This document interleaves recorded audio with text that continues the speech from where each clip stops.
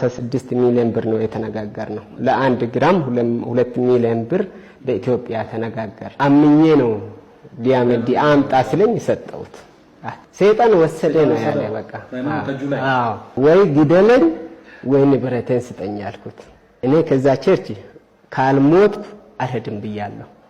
ሬሳይ ብቻ መሄድ አለበት እፈልጋለሁ አልኩት።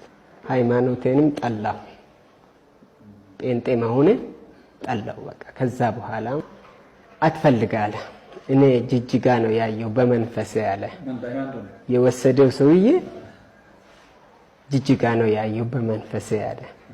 ይሄን ፍለጋ ትሞትበታል እንጂ አታገኝም። እኔ በቃ ከዛ በኋላ ገንዘቤን አጥቼ ሃይማኖቴንም ጠላሁ፣ ጴንጤ መሆኔ ጠላሁ። በቃ ከዛ በኋላ ማለት ነው። ከዛ በኋላ ቁጭ አልኩኝ።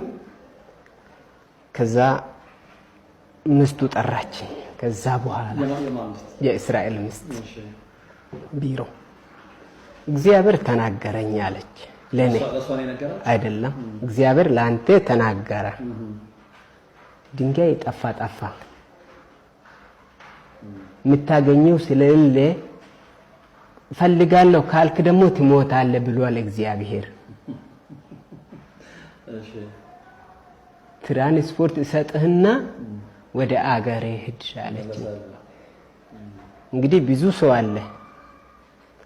እኔ ትራንስፖርት ባጣ ሌላ ሰው መንገድ ላይ የሚሄድ ሰው ፈልጌ ትራንስፖርት ስጠኝ ብዬ ሄዳለሁ እንጂ ለመጠየቅ እንኳን ደግሞ ቃል የለኝም። በቃ እኔ ፈሪ ነኝ አልኩት። ምንም አላልኩም፣ ወጣሁ። ከዛ በኋላ ይሄ ወሬ ይነሳል። ማነው የሚያነሳ?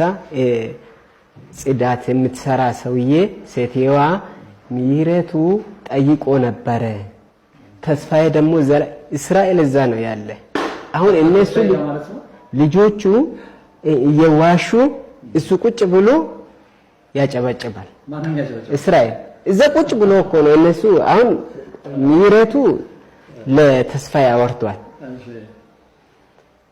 ያ ተስፋዬ ሲጠራ ደግሞ ማለት ነው እስራኤል ተነስቶ ደግሞ ሌላ በቃ እግዚአብሔር ነገር የማነገው ጥሩ መኪና መስከረም ሳትመጣ በቃ ብሎ ብዙ ያወራኛል። እነኚህ ሰዎች ያወራኝ ይሄኛው ይናገራል። እኔ ያለውን አጥቻለሁ። እንኳን መኪና አይደለም ፈረስ መግዛት አልችልም።